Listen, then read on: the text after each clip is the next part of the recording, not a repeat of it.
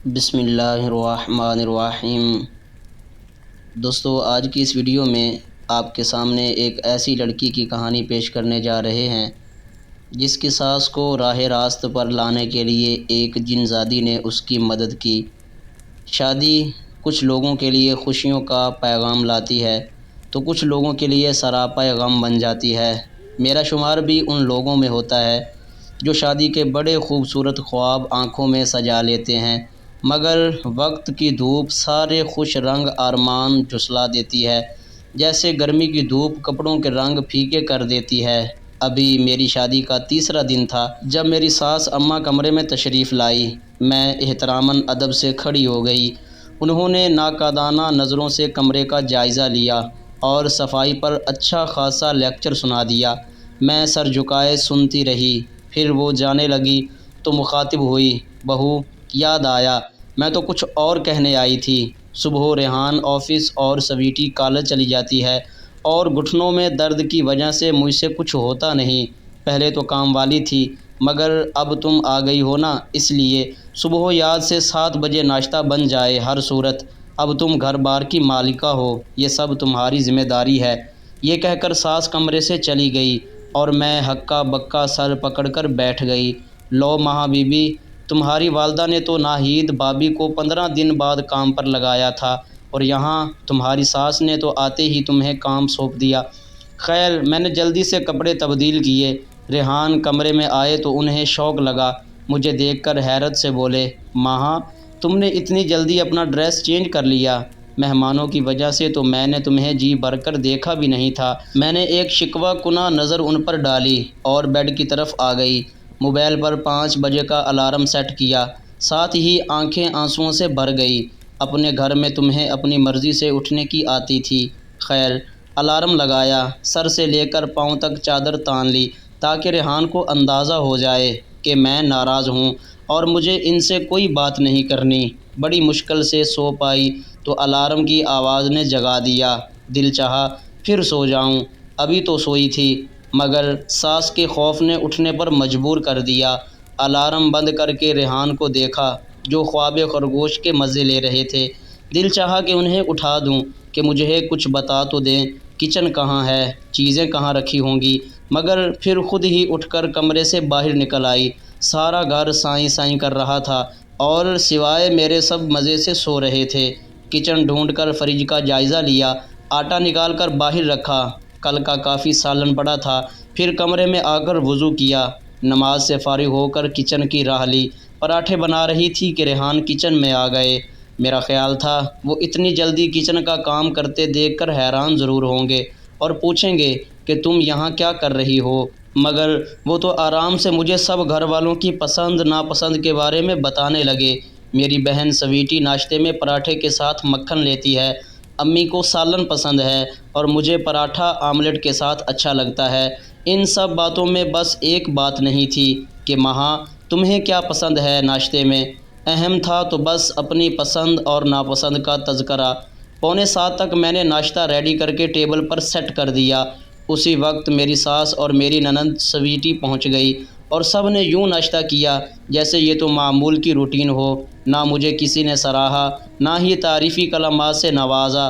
2 دن بعد میری امی مجھ سے ملنے آئی اور مجھے کچن میں کام کرتا دیکھ کر کافی افسردہ ہوئیں کہ ابھی شادی کو دن ہی کتنے ہوئے ہیں، ہاتھوں میں مہندی کا رنگ پھیکا نہیں ہوا اور مجھے لگا دیا کام میں۔ امی نے مجھے ساتھ لے جانے کی بات کی تو میری ساس نے صاف جواب دے دیا، نہ بھائی، ہمارے ہاں رواج نہیں کہ بہو ایسے میکے چلی جائے۔ اتنی جلدی میکے چلی گئی تو پھر سسرال میں دل کیسے لگے گا۔ میری امی ساس کے اس انداز سے غم زدہ واپس چلی گئی۔ یہ اس کے 2 دن بعد کا واقعہ ہے۔ میں نے آٹا گوندنے کے لیے کنستر کا ڈھکن اٹھایا تو میری چیخ نکل گئی۔ اس میں ایک مردہ چڑیا خون میں لت پت پڑی تھی۔ میری چیخ سن کر سب آ گئے۔ میری ساس نے غصے سے کہا، کیا موت پڑ گئی ہے؟ آٹا گوندنے کو کہا تھا تو تم نے چیخنا شروع کر دیا۔ میں نے آٹے کے کنستر کی طرف اشارہ کر کے کہا کہ اس میں مردہ چڑیا پڑی ہے۔ میری ساس اور ریحان دونوں کنستر کو دیکھا، پھر ایک دم ساس سیدھی ہوئی اور بولی، بہو اندھی ہو کیا؟ یہاں کچھ بھی نہیں ہے۔ میں نے گھبرا کر دیکھا اب کہ اس میں واقعی کچھ نہیں تھا۔ ابھی میں سنبھلنے نہ پائی تھی کہ میری ساس نے اتنی زور سے میرے منہ پر تھپڑ مارا کہ آنکھوں کے آگے تارے ناچنے لگے۔ آٹا نہ گوندنے کے بہانے مجھے ڈراتی ہے تم۔ اس دن مجھے معلوم ہوا کہ ساس کیسی ہوتی ہے۔ ساس کے جانے کے بعد ریحان نے میرے کندھے پر ہاتھ رکھ کر تسلی دیتے ہوئے کہا، فکر نہ کرو، امی شاید غصے میں آ گئی تھی، کام سے فارغ ہو جاؤ، پھر آج ہم دونوں مل کر ڈھیر ساری باتیں کریں گے۔ اور مجھے پتہ تھا کہ ان باتوں کا نہ میرے پاس وقت ہوگا اور نہ ہی ریحان کے پاس۔ پھر ان دنوں عجیب عجیب باتیں ہونے لگیں۔ میں اگر کمرے میں ہوتی تو مجھے آواز آتی، بہو، اے بہو، مجھے لگتا ساس نے پکارا ہے۔ بھاگ کر ساس کے کمرے میں جاتی تو وہ سو رہی ہوتی۔ میں سونے لگتی تو پھر لگتا جیسے کوئی پاؤں میں مجھے گدگدی کر رہا ہے۔ جو چیز جہاں رکھتی ڈھونڈ ڈھونڈ کر تھک جاتی مگر نہ ملتی۔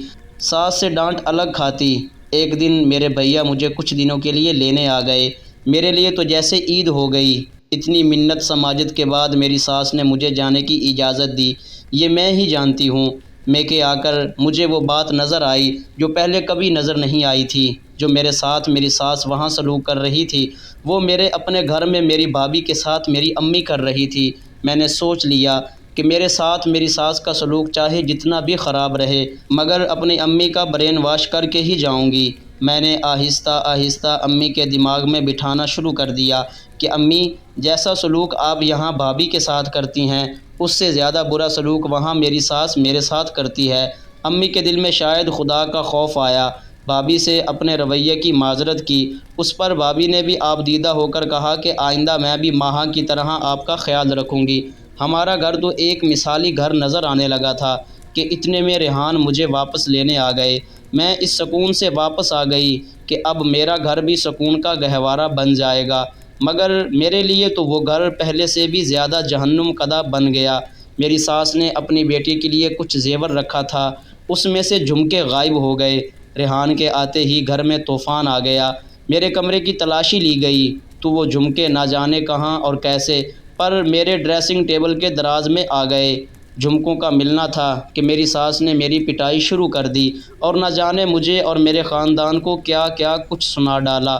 ریحان کی آنکھوں میں بھی اپنے لیے شک دیکھ کر میں تو بالکل ٹوٹ گئی۔ میں نے انہیں بہت دفعہ یقین دہانی کرانی چاہی کہ یہ جھمکے میں نے نہیں اٹھائے اور نہ ہی میں نے اپنے دراز میں رکھے ہیں۔ مجھے نہیں معلوم یہ خود بخود میرے دراز میں کیسے آ گئے۔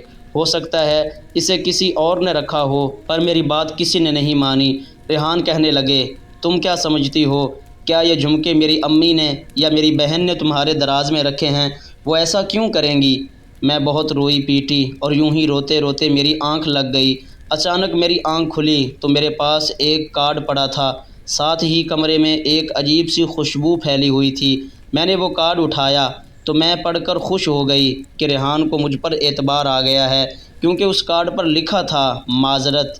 میں نے کمرے میں ادھر ادھر دیکھا مگر وہاں پر وہ موجود نہیں تھے۔ میں انہیں دیکھنے کے لیے باہر آئی تو میرے پاؤں کے نیچے سے زمین نکل گئی کہ وہ میری ساس کے پاس بیٹھے ہیں اور میری ساس ان کے کان بھر رہی ہے کہ یہ لڑکی چور ہے، تم اس سے جلد اپنی جان چھڑواؤ۔ دکھ کی بات تو یہ تھی کہ ریحان نے میرے حق میں اپنی امی سے کچھ بھی نہیں کہا۔ میں آبدیدہ نم پلکوں کے ساتھ واپس پلٹ آئی۔ اب کے دیکھ کے بیڈ پر ایک اور کارڈ پڑا تھا جس پر لکھا تھا، میرا نام شالتا ہے، میرا تعلق قوم جنات سے ہے، آپ کے گھر کے لان میں جو آم کا درخت ہے ہمارا اس پر بسیرا ہے۔ جب آپ کی شادی ہوئی تو آپ مجھے بہت پسند آئیں۔ میں نے اتنی پیاری دلہن کبھی نہیں دیکھی تھی۔ میرا دل کیا کہ میں زیادہ وقت آپ کے ہاں گزاروں۔ میرا کوئی بھائی بہن نہیں ہے، اس لیے مجھے آپ کے ارد گرد رہنا اچھا لگتا تھا۔ میں نے آپ کو اپنی موجودگی کا احساس دلانے کی بہت کوشش کی لیکن آپ نہیں سمجھی، الٹا میری وجہ سے آپ کی ساس اور آپ کے شوہر آپ کے دشمن ہو گئے ہیں۔ آپ کو آج تک جو ڈانٹ پڑی، مار کھانا پڑی اور باتیں سننا پڑی وہ یقیناً میری غلطی کی وجہ سے ہے۔ آپ فکر نہ کریں، میں اپنی غلطی ضرور سدھاروں گی۔ آپ کی ساس کو ایسا مزہ چکھاؤں گی کہ یہ بڑھیا تا حیات ذہنی اذیت کو بھلا نہ پائے گی۔ مجھے تو شروع دن سے ہی آپ کے ساتھ ہونے والی زیادتی ٹھیک نہیں لگ رہی تھی اور اب تو آپ کے ساتھ ہونے والی ہر زیادتی میرے بس سے باہر ہو گئی ہے۔ بس تھوڑے وقت کا انتظار کریں۔ آپ نے بہت اچھا کیا کہ اپنی والدہ کو آپ راہ راست پر لے کے آئی ہیں۔ اب دیکھنا آپ کی ساس کو میں کیسے سیدھا کروں گی؟ میں حیران رہ گئی کہ کیا یہ کوئی مذاق ہے؟ کون ہے یہ شالتا؟ کیسے جانتی ہے سب کچھ؟ اب یہ کیا کر سکتی ہے جب میرا شوہر ہی میرے خلاف ہو گیا ہے؟ اور یہ کیسی دھمکی ہے ساس کے خلاف؟ کیا کرے گی وہ؟ میں یہ سب سوچ ہی رہی تھی کہ اچانک پہلا کارڈ غائب ہو گیا۔ اب اس کی جگہ ایک اور کارڈ پڑا تھا اور اس پر لکھا تھا، آپ نے کھانا نہیں کھایا نا؟ میں آپ کے لیے کھانا لائی ہوں گرما گرم۔ جب میری نظر سامنے میز پر پڑی تو وہاں واقعی گرم پلاؤ اور رائتہ پڑا تھا۔ میں تو خوف اور ڈر کے مارے کھانا نہیں چاہتی تھی، پر جیسے کوئی طاقت مجھے زبردستی کھانا کھانے پر مجبور کر رہی تھی، اور پھر میں کھانا کھانے لگی۔ جب کھا کر فارغ ہوئی تو سب برتن اور کھانا پہلے کی طرح غائب ہو گیا۔ کھانا کھا کر مجھ پر غنودگی طاری ہونے لگی اور میں سو گئی۔ صبح حسب عادت 5 بجے اٹھی، نماز پڑھنے کے بعد سب کی پسند کا ناشتہ بنایا، ٹیبل پر لگا کر کمرے میں واپس آ گئی۔ کس نے کھایا کس نے نہیں مجھے نہیں معلوم، نہ کسی نے مجھ سے کچھ کہا کہ تم بھی کچھ کھا لو۔ پھر اسی دن ریحان ناراضگی کے سبب مجھے میری امی کے گھر چھوڑ آئے۔ میرے پیچھے میری ساس نے میری نند کی منگنی کر دی۔ میری نند کے سسرال والوں نے اسے منگنی پر سونے کا سیٹ دیا، مگر اگلے ہی دن وہ سیٹ نہ جانے کہاں غائب ہو گیا۔ سویٹی کے سسرال والوں کو نہ جانے کیسے کسی نے خبر کر دی کہ وہ سیٹ سونے کا غائب ہو گیا ہے۔ وہ لوگ میری ساس کے پاس آئے اور عجیب و غریب باتیں بنانے لگے۔ پھر ایک دن اچانک سویٹی نے کسی کام سے اپنی امی کی الماری کھولی تو اس میں کپڑوں کے درمیان وہ سونے کا سیٹ پڑا دیکھ کر حیران رہ گئی۔ اس نے زور زور سے اپنی ماں کو آواز دی۔ ریحان اور اس کی ماں دونوں کمرے میں آ گئے۔ ماں اپنی الماری میں پڑا سونے کا سیٹ دیکھ کر حیران رہ گئی۔ سویٹی اپنی ماں پر چلانے لگی کہ آپ کو سیٹ اتنا پسند تھا تو مجھے کہہ دیتی، آپ نے میرے سسرال والوں کی طرف سے دیا ہوا سونے کا سیٹ چرانے کی جرأت کیسے کی؟ مجھ سے کہتی تو میں خود آپ کو دے دیتی۔ ساس قسمیں کھانے لگی کہ مجھے تو سیٹ کا کچھ پتہ ہی نہیں، میں کیوں چوری کروں گی اپنی بیٹی کے سونے کا سیٹ؟ ریحان یہ سارا واقعہ دیکھ کر گہری سوچ میں ڈوب گئے۔ انہیں اب وہ دن یاد آیا جب میں رو رو کر انہیں اپنے بے گناہ ہونے کا یقین دلا رہی تھی اور وہ میری بات پر بالکل یقین نہیں کر رہے تھے۔ انہیں اب اپنی غلطی کا احساس ہو رہا تھا اور ان زیادتیوں کا بھی جو ان کے گھر والوں نے میرے ساتھ کی، اور میں خون کے آنسو روتے ہوئے ہر ظلم کو چپ چاپ سہتی رہی اور کسی بات کا شکوہ نہیں کیا۔ پھر سویٹی کے سسرال والوں نے رشتہ ختم کر دیا، چوری کی بات کو بنیاد بنا کر۔ سب سے حیران کرنے والی یہ بات تھی کہ ان لوگوں کو سیٹ کے غائب ہونے کا اور پھر ماں نے سیٹ کو چوری کیا ہے، ان باتوں کا کون بتاتا تھا؟ اب میری ساس کو اپنا ہر ظلم یاد آنے لگا تھا جو انہوں نے مجھ پر کیا تھا۔ 2 دن کے بعد میری ساس اور میرے شوہر گھر آ گئے۔ دونوں کافی نادم دکھائی دے رہے تھے۔ میری ساس مجھ سے اپنے رویے کی معذرت کرنے لگی اور میرے شوہر سر جھکائے بیٹھے رہے۔ میں نے بھی کھلے دل کا مظاہرہ کرتے ہوئے ان کے ناروا اور ناقابل برداشت سلوک کو معاف کر دیا کہ اللہ معاف کرنے والوں کو پسند کرتا ہے۔ میں سسرال آ گئی۔ ریحان کسی کام سے باہر گئے تو ساس میرے کمرے میں آئی اور میرے سر پر شفقت بھرا ہاتھ پھیرتے ہوئے بولی، بہو میں اپنی ساری غلطیوں اور زیادتیوں کی معافی مانگتی ہوں۔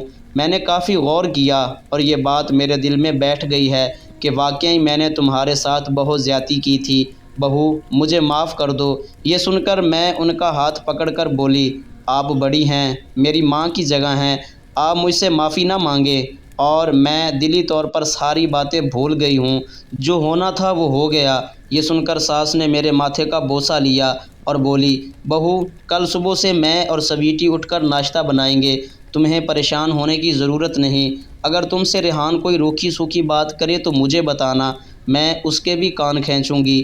بیٹا یہ گھر تمہارا ہے، سویٹی تو مہمان ہے، آج نہیں تو کل وہ اپنے گھر چلی جائے گی، اور پھر میری زندگی کا کیا بھروسہ؟ یہ سن کر میں بولی، اللہ آپ کو صحت دے، آپ فکر نہ کریں، گھر کے تمام کام ہم سب مل کر کیا کریں گے، یہ گھر ہم سب کا ہے، جب سب ایک دوسرے سے محبت کرتے ہیں تو اللہ بھی خوش ہوتا ہے۔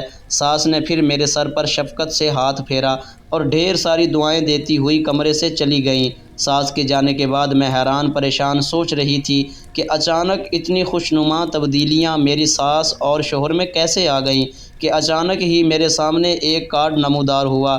اس پر لکھا تھا، میری بات غور سے سنیں، میں نے جو کچھ بھی کیا تمہاری ساس کو سبق سکھانے کے لیے کیا تھا۔ میں نے آپ کے ساس اور شوہر کے دل اور دماغ سے آپ کے لیے برائی اور بدسلوکی کو کھرچ کر نکال دیا ہے۔ اس کے ساتھ ہی ساتھ ایسا سبق دیا ہے کہ آپ کی ساس تا حیات آپ کی طرف انگلی بھی نہیں اٹھا سکتی۔ ان کی بیٹی سویٹی کے سسرال والوں کے دماغ میں ساری باتیں میں نے ڈالی تھیں تاکہ آپ کی ساس زیادہ سے زیادہ ذلیل ہو۔ میں نے آپ کو بہن کہا ہے تو آپ میری بہن ہی رہیں گی۔ میں ہر طرح آپ کی حفاظت کرتی رہوں گی۔ ہمارا بسیرا آم کے درخت پر قائم رہے گا۔ اگر کبھی کسی بات کی ضرورت پیش آئے تو میرا نام شالتا لے کر 3 مرتبہ پکارنا، میں فوراً حاضر ہو جاؤں گی۔ اچھا، اب میں چلتی ہوں، آپ آرام کریں۔ اس کے ساتھ ہی وہ کارڈ میری آنکھوں کے سامنے سے اوجھل ہو گیا۔ دوستو، امید ہے آپ کو ویڈیو پسند آئی ہوگی۔ اگر ویڈیو پسند آئی ہو تو ویڈیو کو لائک کیجیے، چینل کو سبسکرائب کیجیے اور اپنے دوستوں کے ساتھ شیئر ضرور کیجیے۔ شکریہ۔